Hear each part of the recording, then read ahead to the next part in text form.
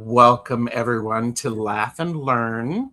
Today I am joined by Timy Raven from Raven Tarot Meditation. Hello everyone.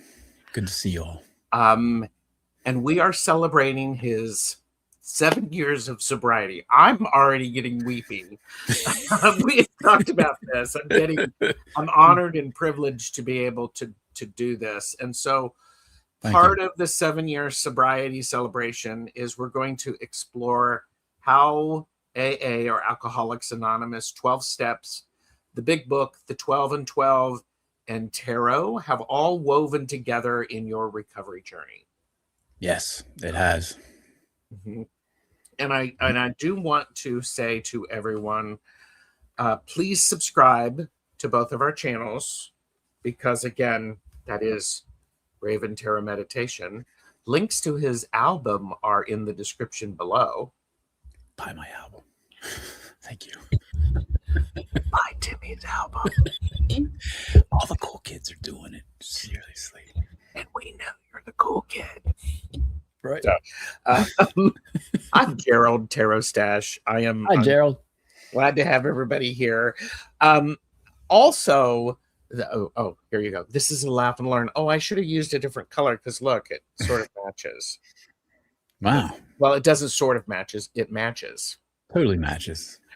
I do want to remind everyone we're having a conversation about Timy's experience with these 12 steps and how tarot is interwoven. We're not representing Alcoholics Anonymous. This is not endorsed by them. However, reach out to them if you need to. I mean, this is ask for help. People, the strongest people I know are ones who have asked for help. They've reached out when they really needed it. So,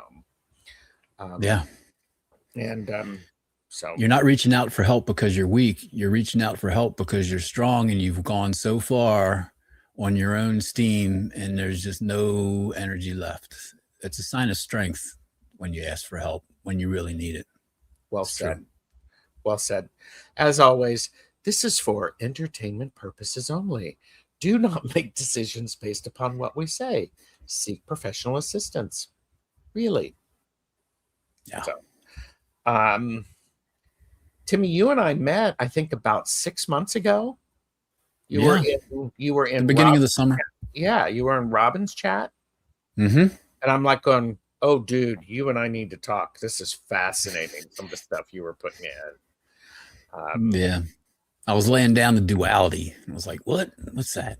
You were laying down the duality, and it's so much so, we've actually done 10 shows about duality in tarot. In 6 months, yeah. In 6 months. We are doing a duality wrap-up. So it's going to be wonderful next Tuesday to have that. I would like some card reads.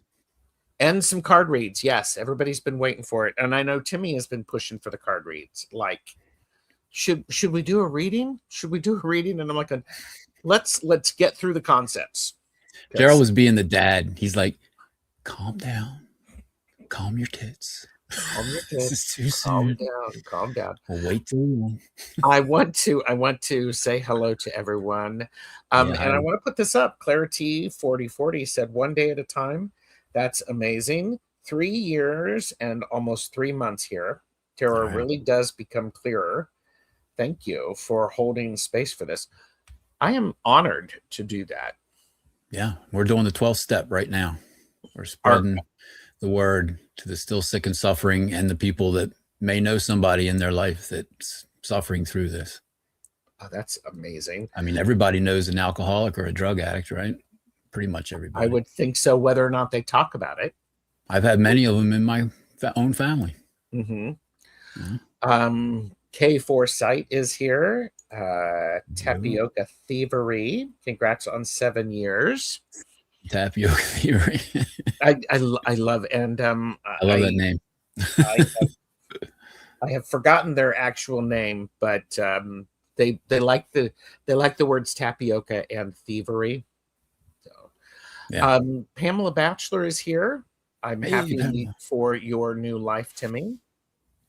yes, thanks. Roman has joined us. Hey, Roman. And Tamitha, congrats, Timy. 5 years here, 6 in April. Excellent. Good job. Yes. Not easy. Mm-mm. Life is always a series of getting back up. Mm-hmm. Yeah. No shame in it. Yeah. Falling down and getting back up. No shame in that. That's not a failure. That's moving forward in life. It is. It is. Tapioca said I should start a band. Tapioca Thievery. I mean, that's a name for a band member. Yeah. Lead singer. And lead singer, Tapioca Thievery. There you go. There you go. Here, okay, so a little bit of background. 12 steps. The blue book, or the big book as it is called, was originally published in 1939. You can find this in lots of different places. You can get it for free if you go to an AA meeting. There you go. There you go. And also it's the foundational text, but it has gone through different evolutions. Because it's, it's like there's the basic chapters, and we'll talk about some of the steps. But it also is a lot of, it's part story collection, part spiritual toolkit, and part owner's manual for living sober. And then there's also a second book. I bought these both as Timy was talking about, but 12 Steps and 12 Traditions. This is also known as 12 and 12. And that's the main book for me. This is your main book? Yes. Yeah, okay. That's the one. And so if the origin story and the basic manual is the big book, the 12 and 12 functions more like a,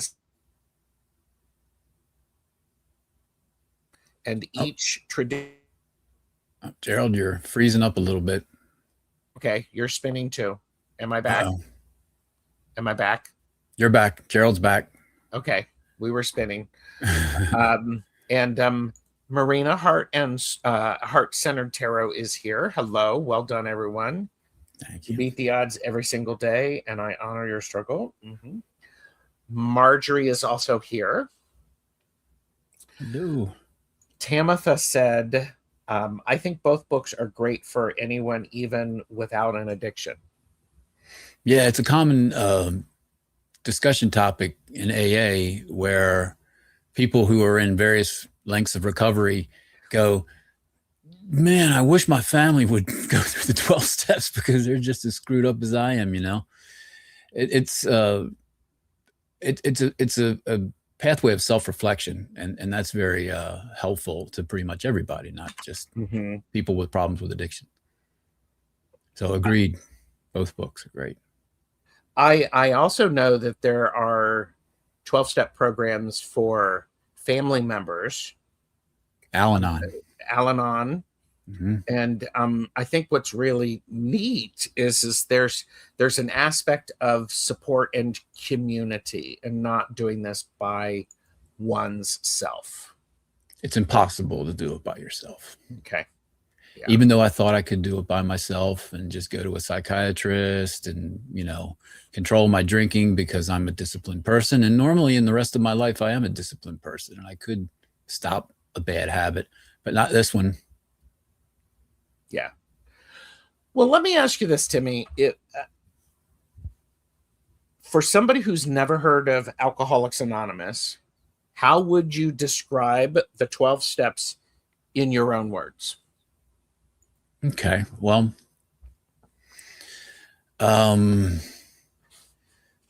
the 12 steps were created by the beginnings of the AA group in the late 30s.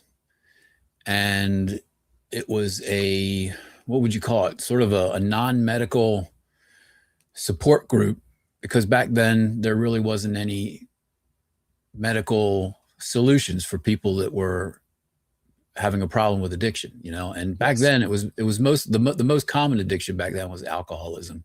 because everybody drank, especially Yes. during the Roaring 20s, and they had the whole Mhm. prohibition thing and all that. Yes. One of the reasons why there was prohibition is because there was so many drunks dying in the street. Yes. Mhm. It was Yes. pretty clear that it was, at least for some people, it was bad. The prohibition was wrong-headed because it banned it for everybody. And Yeah. I would say 80% of the population can handle drinking. It's really not a problem for them. But there's 20% where it's a problem. So AA was born out of necessity. People who were suffering from the problem started their own groups to just figure out, like, how in the hell can I get out of this hole? And they came up with a structured path that you can take to get yourself out of that addiction hole. And it's the 12 steps, 1, 2, 3, 4, 5, up to 12. And you have to do them in order, and you have to do it with a sponsor, and you have to go to AA meetings regular for it to work. And there are AA meetings everywhere, 24 hours a day. You just have to go look. It's international, but it's really everywhere in America for sure. And I know people who have, when they've traveled for work or they have traveled on a vacation, they pick where they're going by the access of the meetings. Yeah, or you just find a meeting, in the local. I mean, because it's a trigger a lot. I mean, when I was traveling for business, I was in hotels, and after work, I'd go down to the hotel bar and get loaded and try to get, a date. Yeah. So, I wasn't business traveling after I quit drinking, but if I had continued business traveling in that way, like hotel to hotel, I would have to have meetings for sure, because that was a huge trigger for me. Yes. Flying on a plane, I get loaded on the plane, I get loaded at the airport, and I could use the excuse, I don't like flying. Well, I really like drinking is my problem. Yes. T. Lynn has arrived and says, congratulations, Timmy, on your sobriety, a huge milestone. Lost a sister and in ARP who couldn't beat it, took 2 years with 2 in 5 outpatient treatments, but finally beat it. Yeah, keep trying while you're still alive. Yeah. But that's a thing that happens on a regular basis in AA.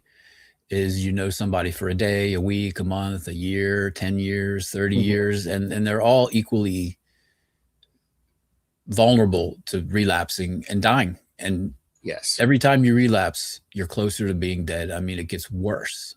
I quit drinking in the early 90s, in 93, for a year and a half, and that was a dry drunk. I didn't have any program. That's what they call it. You don't have a program. You're not going to the meetings. You don't have a sponsor.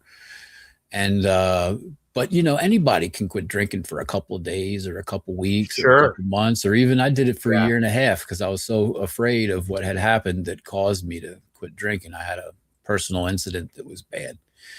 But it doesn't work.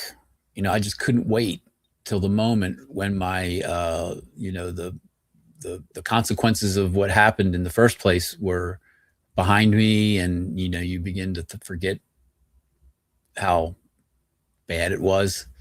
And I couldn't wait to go back to drinking, and it was like, I'll just drink under control this time. I have a perspective now, and your mind is infinitely creative in coming up with ways to continue drinking and, of course, and not drinking. And it's the same with smoking, with any sort of prescription drug or street drug or food or gambling or sex. All of those things. It's any sort of addiction. Yeah.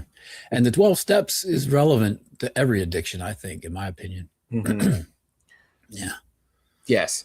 Okay. I'm going to very quickly put up 12 steps just to keep people in the know. These are from the big book. Honest about alcohol and unmanageability. And feel free to say anything about these if you want. Well, that's a bit of a what do you call it? A summary. Yes. It's admitting to yourself that you are powerless over alcohol. And as a Okay. result of that powerlessness, your life is unmanageable. Those are two things. And That's it's the beginning of recovery is self-honesty. And the first self-honest thing that you need to do is admit that you are powerless over alcohol. I mean, I ran IT crews. I made lots of money. I was responsible for millions of dollars of equipment, and I was a very responsible person during the day. But when I got home from work, I was powerless over alcohol. I had no control over it. I drink one beer and then I drink 12 beers and then I go out and get some more. And that was every night. Wow. Of my life for 35 years. You know, Mm-hmm. The human body is pretty resilient to handle that kind of abuse, yeah, that level of abuse, and my mind. You know, there's a lot of spiritual and intellectual humiliation that comes along with all of this constant failure when you're bound by alcohol or addiction, drugs. Mm-hmm. Yeah. Okay. So I updated that a little bit. Admit you were powerless over alcohol. Yeah. And nobody wants to do it. I didn't want to do it. It was like, yeah, I'm an alcoholic. Like I would admit, I was like, sure, I'm an alcoholic. I drink too much. I get myself in trouble. I pay a lot more money than most people do. But you know, I'm a guy that just, you know, I gotta be me. You know, I'm an alcoholic. Live with it. But it's a different thing to say I'm an alcoholic and I'm powerless over alcohol, and I can't help myself. I can't stop drinking by myself. There's a difference there between being flippant about it, saying, oh, sure, I'm an alcoholic, F you, you know, and getting to the point where you failed to the point, it's called your bottom. When you reach your bottom and you want to die, which is what I wanted to do. I attempted suicide and failed because I was drunk. Like everything else that I tried when I was drunk, it failed. And thank the higher power for that, right? Yes. At least I do.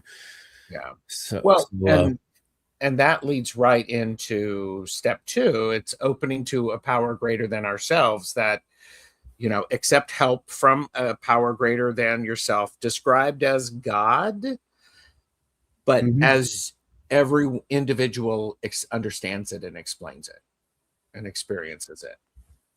Right. One of the reasons I avoided the 12 steps in AA is because there's God and prayer and words like that all over the 12 steps and all over the big book and all over the 12 and 12. And I was like, screw organized religion and Christianity. I don't want to have anything to do with it. It's a mind cult, you know? But if you look at the way it's worded, you know, it says God or a higher power of your own understanding. You know, there is back then in the 30s, they made accommodations for people that were not religious, and you need to do that. And for me personally, the way it worked was the important part is that the higher power is not you. It's something outside of yourself. Because alcoholics and drug addicts and whoever else have a tendency to think they're the smartest people in the room. Yes. And they tend to think that they have all the answers. And I tended to think, you know, that I could control it, you know? And I thought I had the ability to change things that happen in life, but I have no power to change things that happen in life. The higher power has that. I don't have the power to change anything. I don't have power over other people's behavior. And when you think you do, that's when you think you're the higher power. And it's really important to realize that you are not responsible for things that happen in life, particularly bad things that happen in life. They're not your fault. And you are not responsible for other people's bad behavior. That is not your fault. And you are not responsible for saving other people, you know? I mean, yes. And that's part of realizing that there is a higher power outside of all of us that controls those things. We don't control that. The best we can do, we don't we don't control things that happen. The only thing that we have control over is our reaction to things that happen, our behavior regarding things that happen. So that's the second and the third step, is realigning your perception of the world to realize that you're a small piece of it. You're not the boss. You're not the smartest person in the room. You don't have all the answers.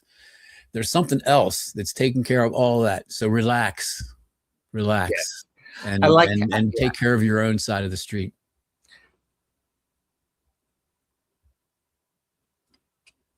Stay in your own lane. I have said to some people, just stay in your own lane. This isn't Simplify yours. your life. Stay in your own lane.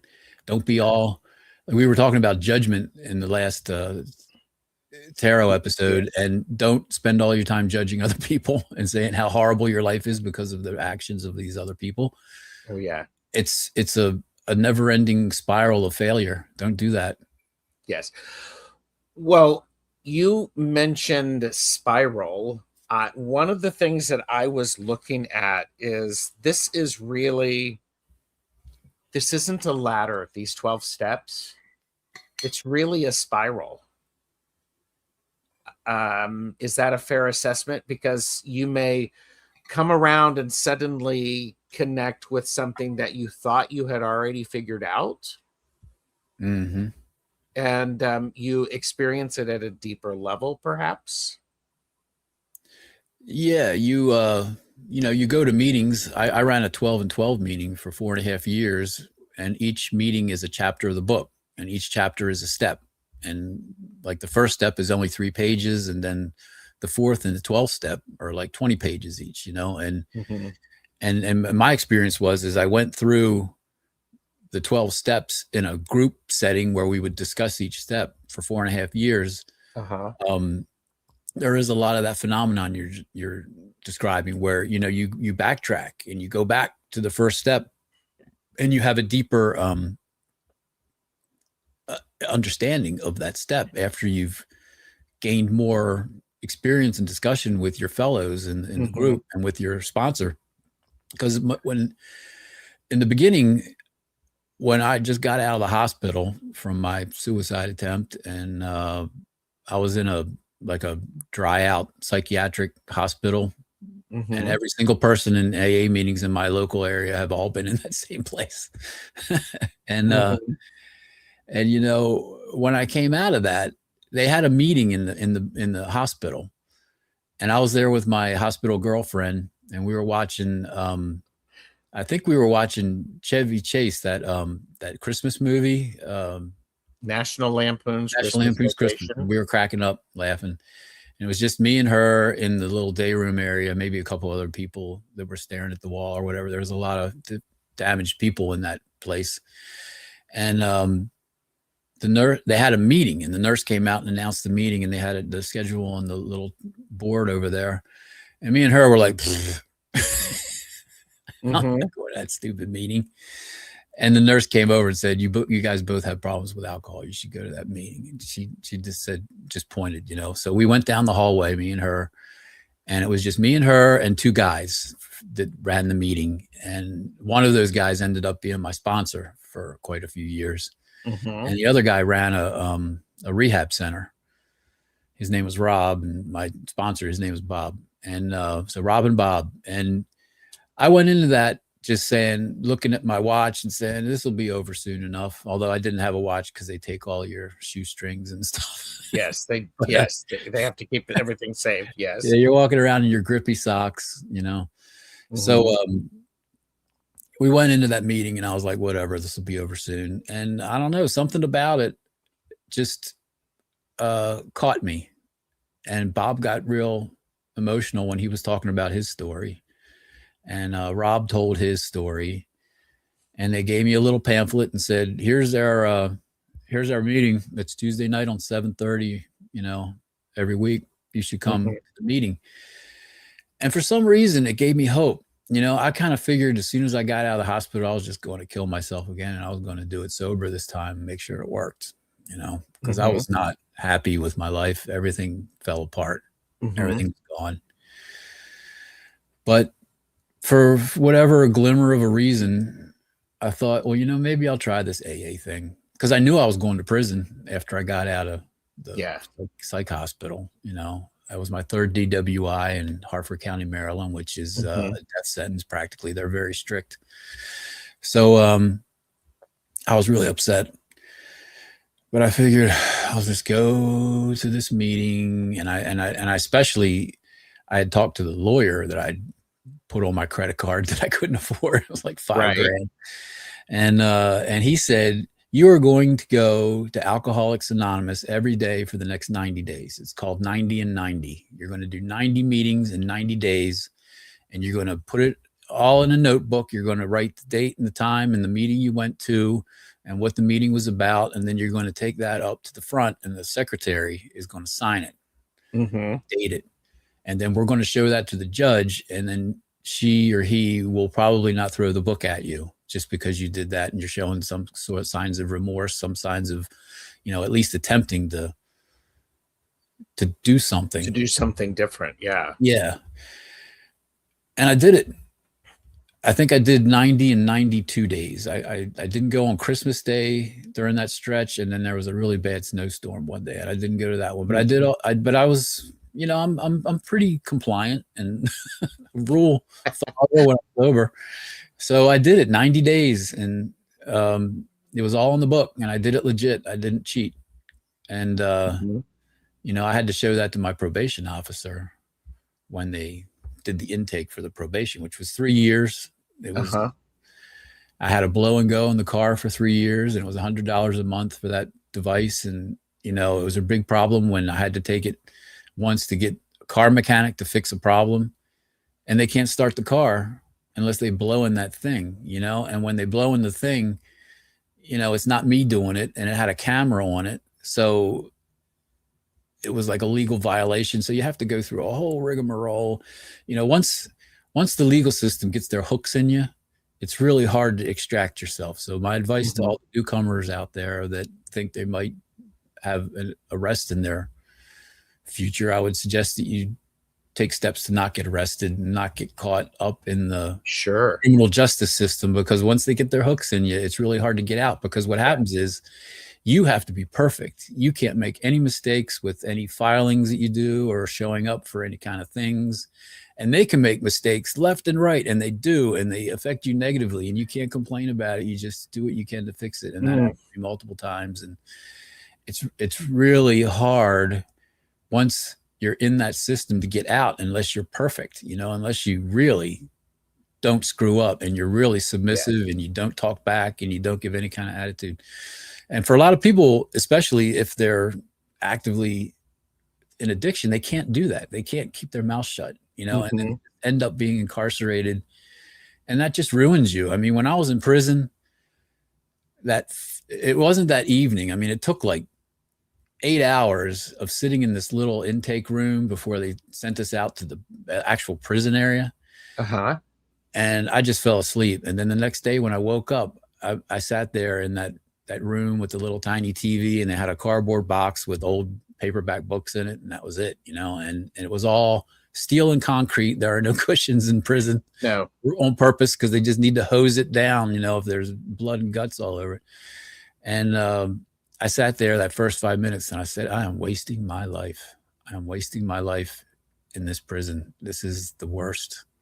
You know, I needed to get out of there. And it just felt like another bottom, you know, and that gave me incentive to keep going to AA, because I could feel it working. You know, it was changing fundamentally the way I thought and the way I behaved. And the first thing that was the most miraculous was being honest with myself, and as a general rule, being honest with the people around me. And you wouldn't think that would be a superpower, but try it. It is. Immediately things started going better for me. The way I say it to myself is, be honest with yourself without exception.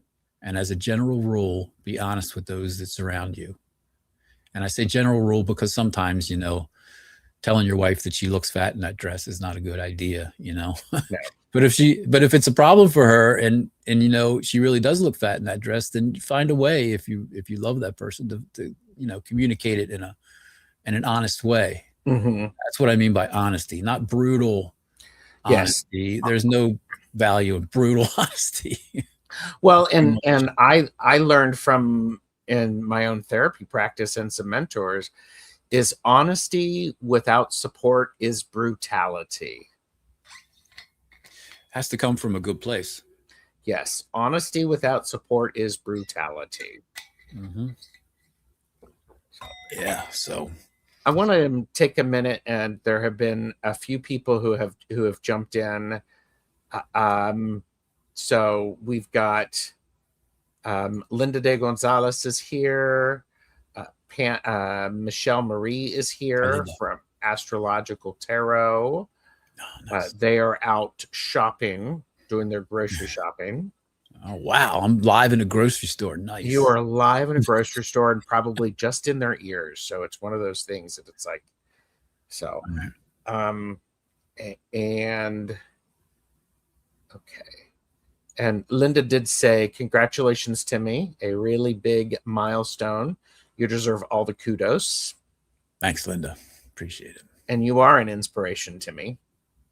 Thanks again. Yeah. Pamela Batchelor has brought up, I'd love to see if the 12 and 12 can be correlated to the tarot journey. Sure.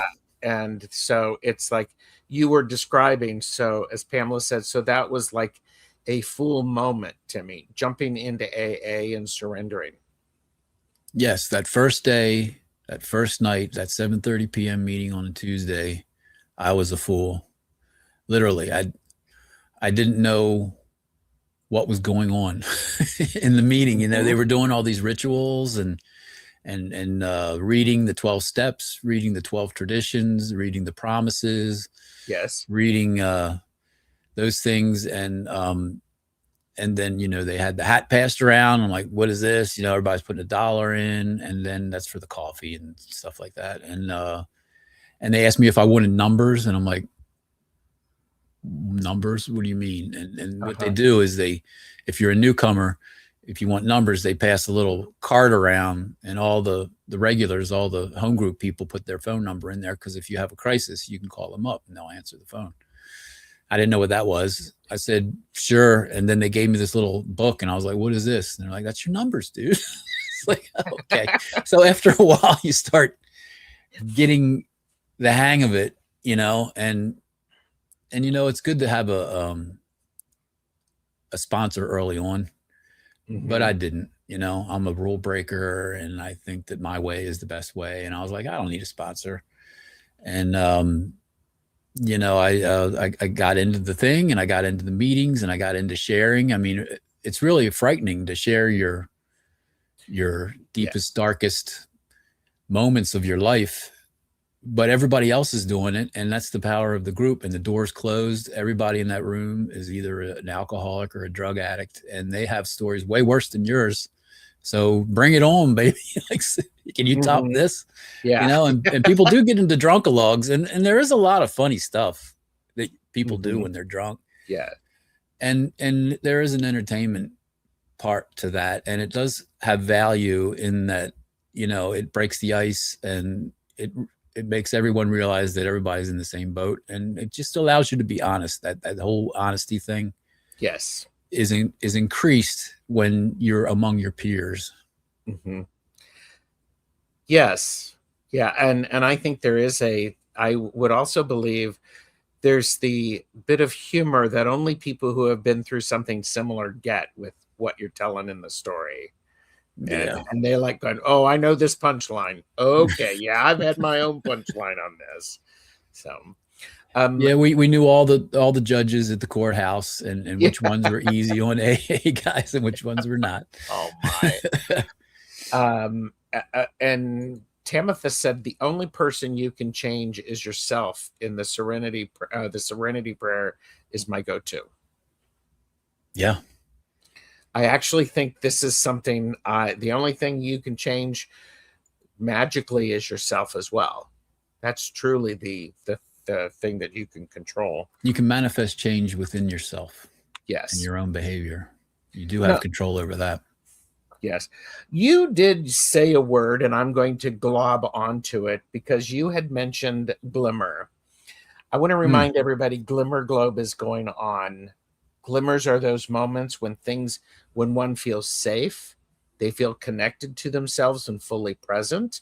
Small little joys, not huge things, small little joys. Capture those, write those down, put them in your glimmer globe, because we need more of that. We all need more of that. Yeah. The idea of tarot, tell me how that came into your sobriety.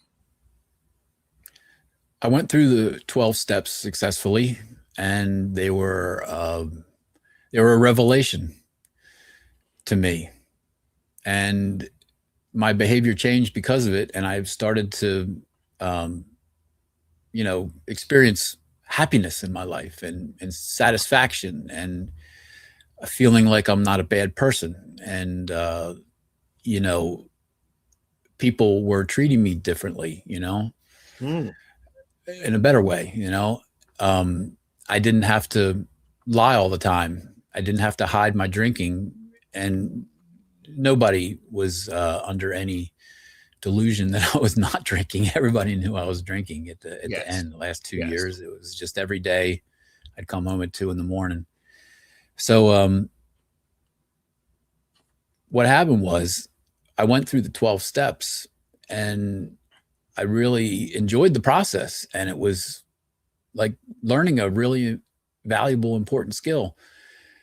And that was, simultaneously happened to that, eventually I got a sponsor. The people in my home group found out that I didn't have a sponsor, and I'm like, what? They're like, what? You don't have a sponsor? I'd been like 5 months in. So okay, tell us what is a sponsor and why is it important? Well, a sponsor is your mentor in AA. Okay. And the steps require a second person in the 4th, 5th, 6th, 7th, well, all of them really, because you need somebody to explain to you what's going on. Yep. So your sponsor is your confidant, and he's also if you're a male in the group, then your sponsor needs to be a male, and if you're a female in the group, your sponsor needs to be a female. You can't mix and match because it doesn't work out. The sex stuff gets in the way. And I know that for a fact because I've tried it and it doesn't work. Tried to be an AA mentor for somebody who's a female and I'm a male, and it doesn't work out. So as I went through the steps, I'm a naturally curious person. And I wanted to know why it worked. Why did the 12 steps work? Because like we were mentioning before the show, the 12 steps is like a wartime triage emergency plan to keep you alive, and it does, it works. But I could feel that there were lessons in there that were unspoken in between the lines. And as I was going through the 12 steps myself, I was doing service work, which meant that I was the secretary of my home group. And that particular meeting was a 12 and 12 meeting, where every night that we had it, once a week, we would read a chapter out of the 12 and 12, and each chapter was a step. So we'd read chapter 1, which is the first step. And we'd read it together as a group. I'd start off as the secretary. I'd read like the first 3 paragraphs of the chapter, and then I'd say pass. And then the next person, volunteer, would read the next few chapters, and we go around the room like that. And then at the end, I would share my take on that step and give a little, personal connection to it. And then the rest of the night is people sharing their own experiences with step 1, for instance. So as I was doing that, I was hearing people sharing about their experiences and from people that were a mess that got better, or people that had been better for 40 years. There were people with like 40 years of sobriety, all kinds of diverse experiences, and talk about diversity of people. There was like millionaires in there. There's people that living in boxes under the bridge were there that smelled bad, that were throwing up. They were drunk. Lots of homeless people who are drunk come in sometimes and cause trouble, and you have to, handle it in a a civilized way. And as I went through that experience, I started realizing the whole duality thing, where people aren't evil, people aren't bad, they're just unbalanced. Their behavior is unbalanced. And they would cling to extremes of behavior. And sometimes they would say, oh, I can't be that way anymore, I'll be better. And then they cling to the other extreme of behavior, and it's just as bad. And there was just story after story after story with that. So I started looking for human philosophical duality things. And I found Carl Jung with his archetypes of behavior. And he touched very briefly. I saw a couple of YouTube documentaries. I haven't really read his actual academic work, like his books, but I watched a lot of YouTubes on it, and it seems like it's given me accurate information. And he did talk about dualities in the tarot, but they weren't resonating with me. He said, well, here's the death card and here's something else. And, here's some things.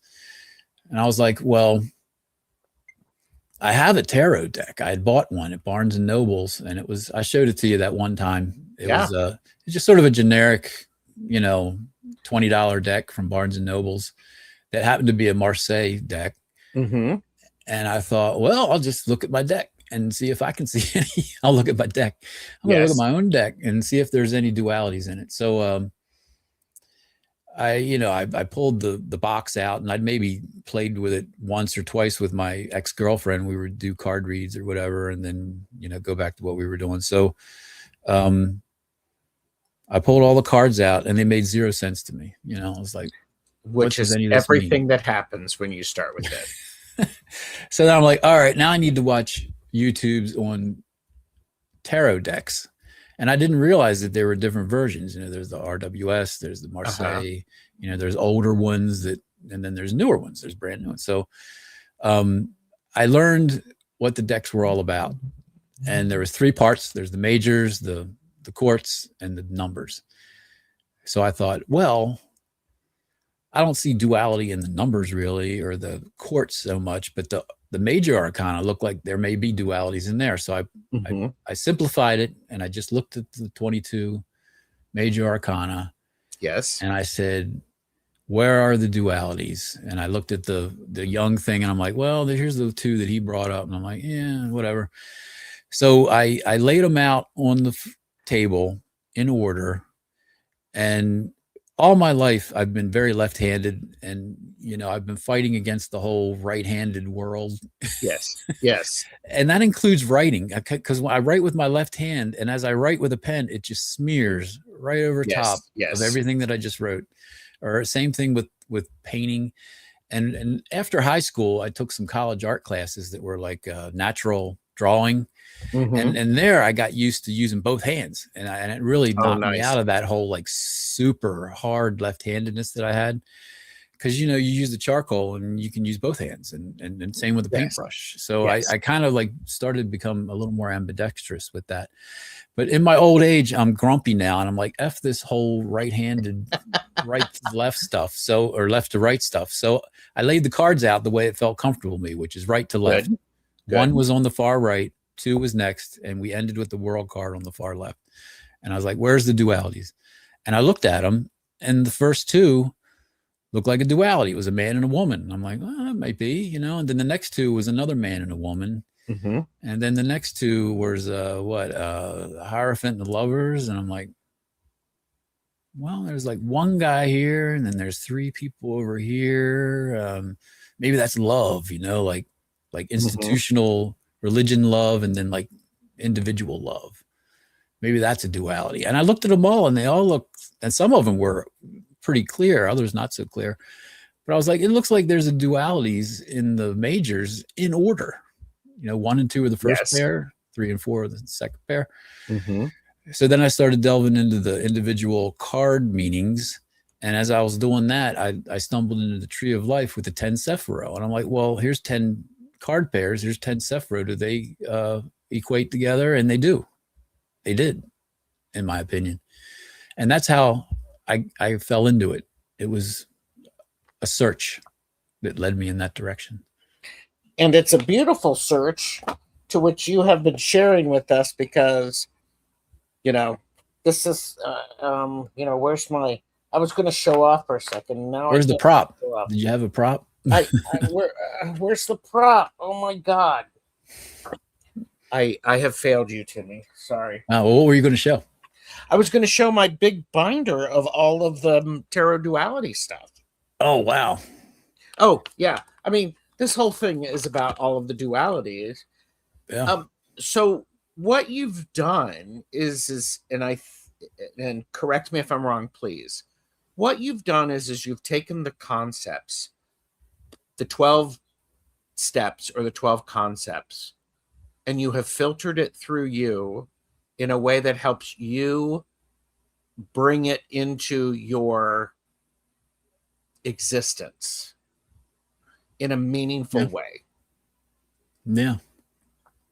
Well, what the tarot ended up showing for me was it was an interpretive structure to help me make decisions, to help me make the next right decision. That's an AA thing. Yes. What's the next right decision? The next right because decision. when you're in that mess and your head is full of chaos,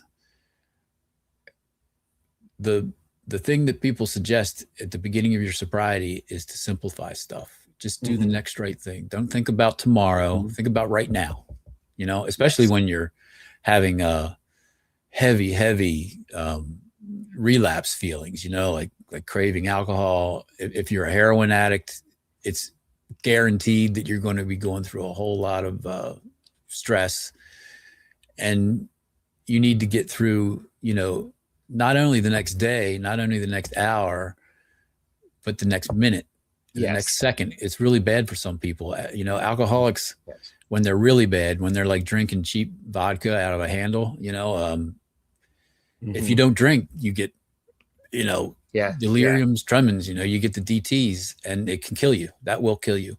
If you dry out from heroin by yourself, you'll feel really sick, but it won't kill you. You'll throw up for like 3 days, but it won't kill you. But if you try to quit alcohol without medical assistance, if you're really bad, it will kill you. You can't do it on your own. So, now I've lost my train of thought. I got all heated up. Well, I think what and T. Lynn said, but the stories are for learning insight, not comparing who did worse. Yeah. It's a great eye opener. It is. Yes. And Roman did share participants to seek aid. This is that you see, to going to a meeting just means you're going to a meeting. It doesn't mean that you've stopped drinking. Yeah. Yeah. So I was looking for something to help me make the next right decision. And I was looking at the tarot, and I was watching you guys actually like doing card readings. And I'm like, so that's how it works, and I was trying to match it up to my beliefs and what goes on in my head, and when I saw the dualities and learned the meanings of the cards and how, when you put them into that context as a pair, what the meaning of the pair would be, and how they matched in with the tree of life, it started to look to me like a way for me to help make decisions in my life, the next right thing. And I started experimenting with that, and it worked. And I had a pretty general idea of what the 10 duality meanings were, but it really accelerated when I met you and Linda and Maru, and we started discussing it here in a public forum like this. And it really refined it. And I don't think that I'm wrong about this. I think that this was designed into the cards. It's just an additional structure, an additional interpretive structure. Yes. And I think that it was occulted. I think that it was, a clever little thing they did. They hit it in open air. They hit it in what do you call it? Plain sight. in plain sight. They hid the thing in plain sight. And it might be considered anti-Christian, doing these duality interpretations to figure out your behavior. And that may be why they occulted it back then. I mean, they put in those little nods to the Pope and nods to, various things here and there. Absolutely. But I think that the real philosophy that they were promoting was the philosophy of ancient Greece, the philosophy of ancient Egypt, and all of the earlier civilizations that had their own philosophical interpretive structures. I think those Renaissance guys were eating that up, after the medieval period. That was the age of enlightenment, right? The Renaissance. Isn't that what it means in Latin? It was the age of learning of yes. Roman shared the couple of times I went to AA with friends going through the process. I was searching for an understanding of addiction. I was amazed by the commitment of participants, much more than church. Right. It's the commitment to stay alive. And many of my friends in AA have not prospered. They relapse and die. It happens every month. It's really sad. Yeah. Wow. This, I mean, gee, I don't know where to go after that, Timy. I mean, it's a part of it. I mean, it is true, though. It is true. Until I started AA, yeah. Mm-hmm. It's an insidious disease, Yes. So you had that moment where the moments when you went through for 90 and 92 days, you made that commitment. Yeah. You've gone through the steps. You are a secretary. No longer, but I did it for 4.5 years. But I'm still doing service work on my home group. I show up an hour early and help do the coffee and set up the chairs and everything.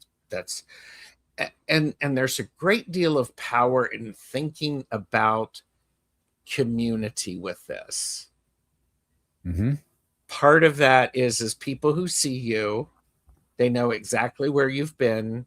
They've been similar places, and yet they're going to do it without judgment. Yeah. It's the duality of relationships, the Hierophant and the lovers.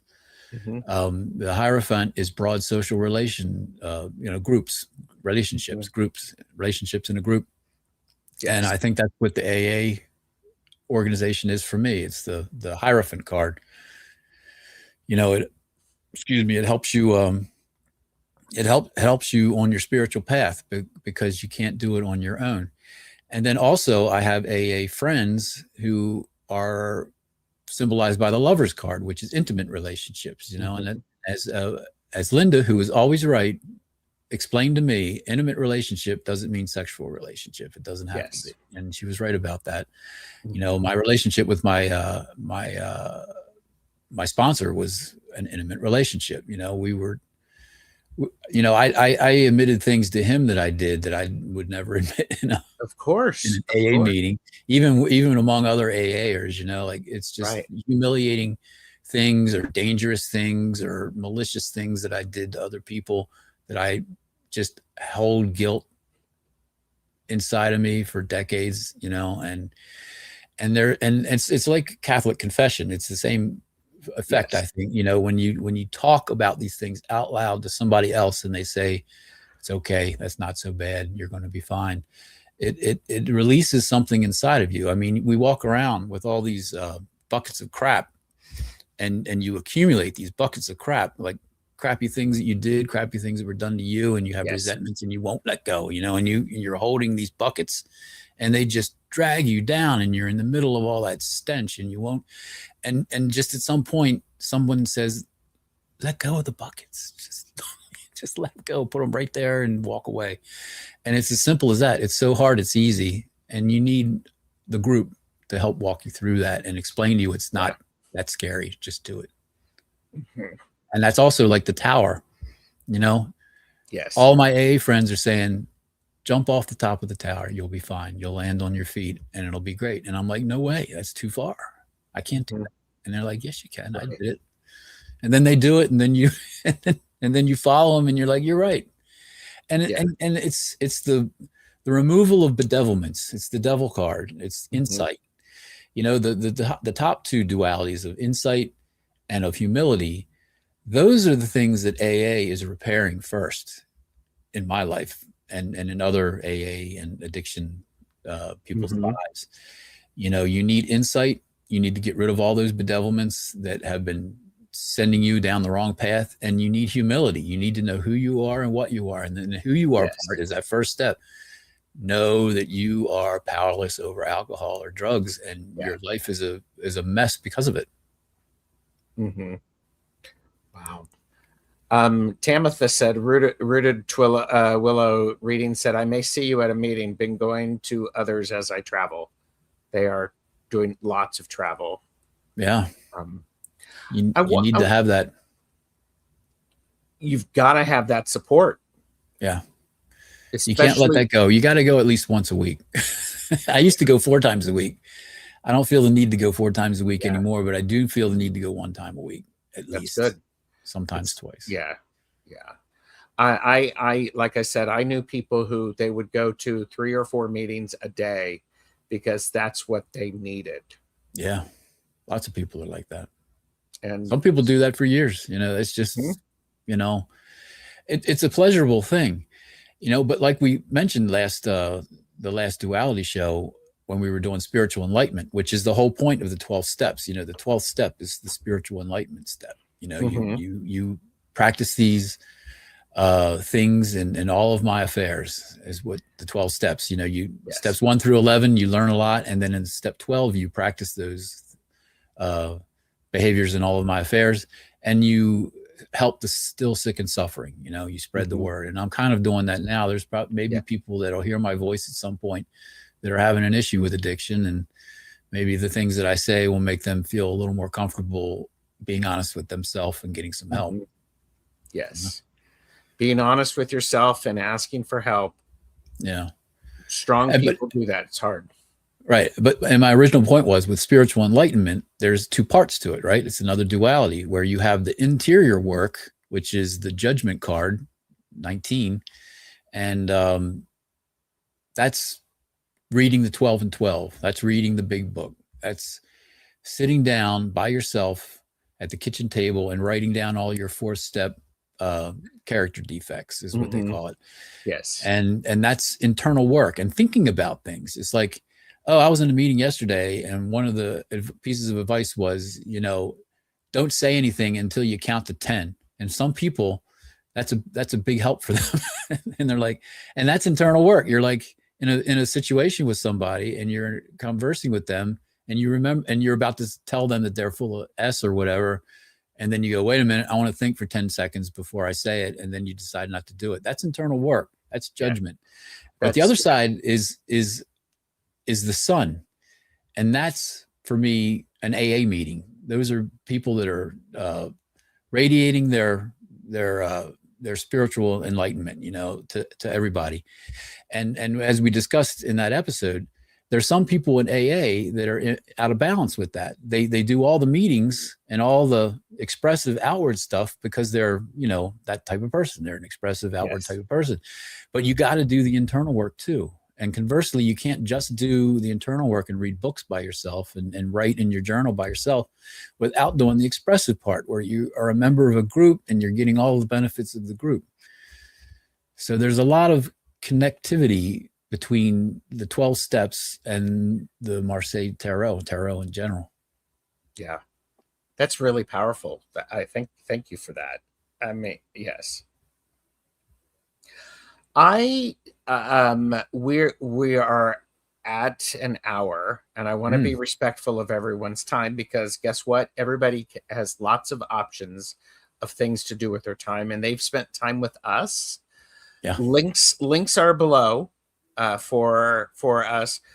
I do have to say, Jilly, Little Zen Crone, and I on Monday are talking about the sacred pause, which relates to that idea as, you know, count to 10 before you answer. It's similar to that. It's fascinating you bring that. The other thing is I wanted to honor and celebrate in some way. So Jeffrey got you a cake. Oh, wow. Nice. So I thought, here's a cake for you. I can't deliver it to you. But well, it's a spiritual meaning cake to me. Thank you so much for that. And I would put a big 7 on it if I had that. Lucky 7. Yes, lucky 7. Going to be a good year for me, 2026, huh? It is, because 2026 is a 10-1 year where things change and you realize you have the power and all of the tools that you need in order to adjust it. Okay. Yeah. What are your closing thoughts about tarot and the 12 steps that people, or your 7 years? I mean, thank you for celebrating 7 years. I am grateful AF that you are here and you're sharing with us. Thanks for offering. I didn't even think that this would be something that that people would be interested on a live stream, but there you go. Here it is. If it was good. Yes. What I would say is, I thought I knew everything back when I was drinking, and my life was not prospering. It was okay. I was a functional alcoholic. I was a high functioning alcoholic, but I was not prospering. I was not able to accumulate any wealth. Yes. I was offending people often with my drunken behavior in public. It was damaging. And all of it started before I started drinking, because of just things that I learned from my culture, and my upbringing, and the specifics of my upbringing. And my upbringing is a very typical one, at least here in America. I don't think I'm all that out of the ordinary. I know that alcoholism isn't all that out of the ordinary, because there's plenty of people that I've met. So my message would be that you might think you're smartest person in the room. You might think you have a handle on things, but the world is a really big place, and there are mysteries everywhere, and there are amazing superpowers that you can use if you just grasp it. Have an open mind. If something feels a little uncomfortable, then maybe lean into it a little bit if it's something new, because learning new things is difficult. Leaning more towards your spiritual side rather than your elementally willful animal instinct side is difficult. It's hard. We are hardwired to not do that. We are hardwired to either flee or fight, rule of the jungle. If you have something that I want, I take it from you, and you have the option to either fight me or run away.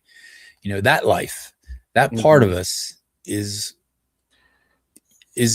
inevitable. We can't change that, but what we can change is we can move more towards a spiritual existence, and we all feel it inside of us. We crave justice, we crave truth, we crave fairness.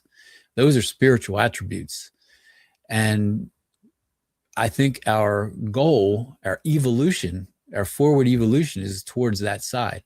And the goal is to balance that part of our existence with our biological, ungoverned natural impulses. Yeah. Wise words. Thank you, Timy. You're welcome. Thank you. People can find you at Raven Tarot Meditation. Do it. Buy his album. Yeah, my meditation channel is quite esoteric, and there isn't a lot of directions on there. I would suggest pick one of the 15-minute meditations and just watch it and listen to it for the whole 15 minutes and tell me what you think. I think it puts me quickly into a meditative state. It's the natural sounds of the world. Give it a try.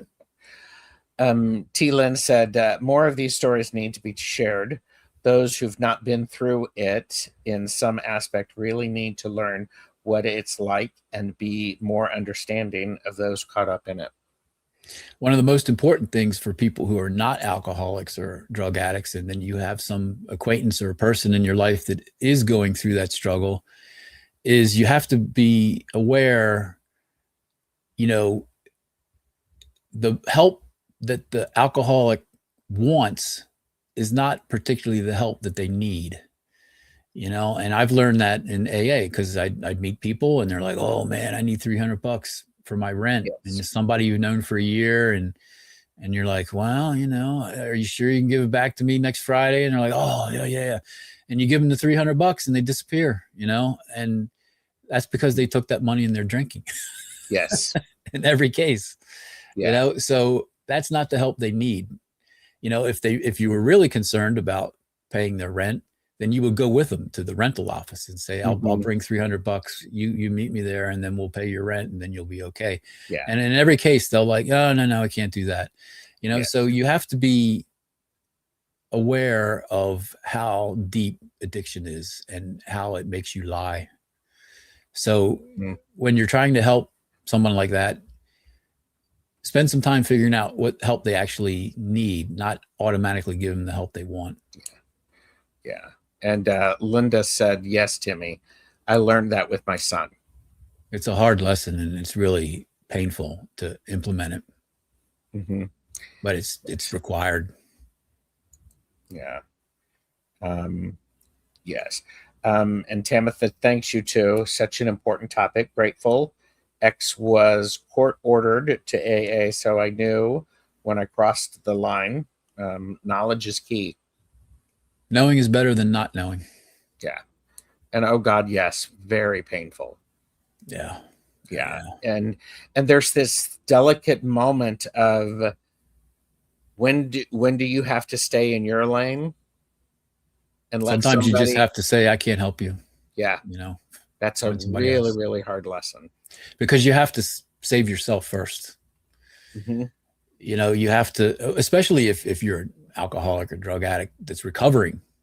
Your recovery is fragile, and you don't want to imperil it with bad decisions. And, Yes. I've done quite a few of them, and giving alcoholic, my fellows in AA, friends, my last girlfriend was an alcoholic, and it was a disaster because she was still drinking, secretly. And,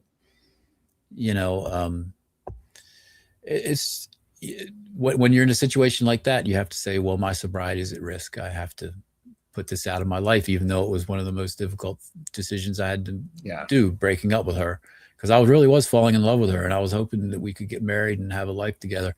And, a lot of people that suffer from addiction lose that in their life. They've lost all their family relationships, or they've never had one, and you want that in your life usually. Yes. And that's what we both wanted, but we were both, she was still drinking and I was a recovering alcoholic, and we just weren't compatible because of that. Wow. And Linda said, yep, that moment is excruciating, saying, I can't help you to your own child. It's a horrible moment. Yeah. That's the moment where they have to decide to either be honest with themselves or continue living in a delusion. Right.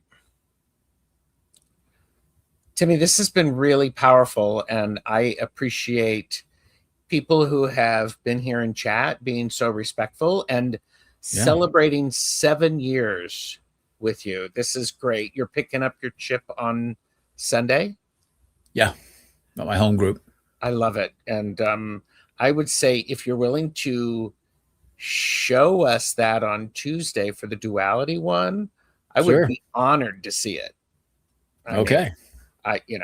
So tune in, everybody. I can show you all of them. Yeah. I've got 11. You get a chip every month of your first year of sobriety. Oh, okay. And then on the 12th month, you get your first year chip. And then after that, you get your second year chip, your third year chip. So I'm on 7 now. And isn't it interesting? Those milestones really do matter. Right. And if you're not going up to get that chip, that means there's something wrong. Yeah. That means that there's something wrong, because part of it is the group experience of, they say at the end of the meeting, anybody here have 3 months of sobriety? And somebody says, yep, I do. And they get up and they go up to the front of the room and everybody claps, goes, yeah, and you get lots of positive energy.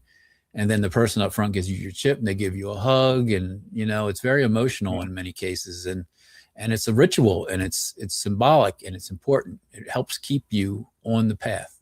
Yes. these are important milestones. Mile markers are really very important.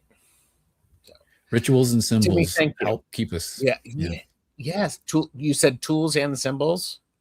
Rituals and symbols and tools. Sure. Yeah. I'm good with a ritual. I'm good with a symbol. So it reminds you of it's intentional focus. It's intentional manifestation. When you go up and you do it, it means it's real. You know, you can hold it in your hand. Intentional manifestation.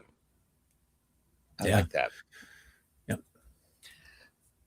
Thank you. I haven't had a chance to read any of the chat. Sorry. No, I do have it set to show the chat in playback. It takes about 24 hours for it to pick up. I'll have to watch it again. I'll read all the chats. Well, yeah. I mean, thank you for being here with this Laugh and Learn, everybody.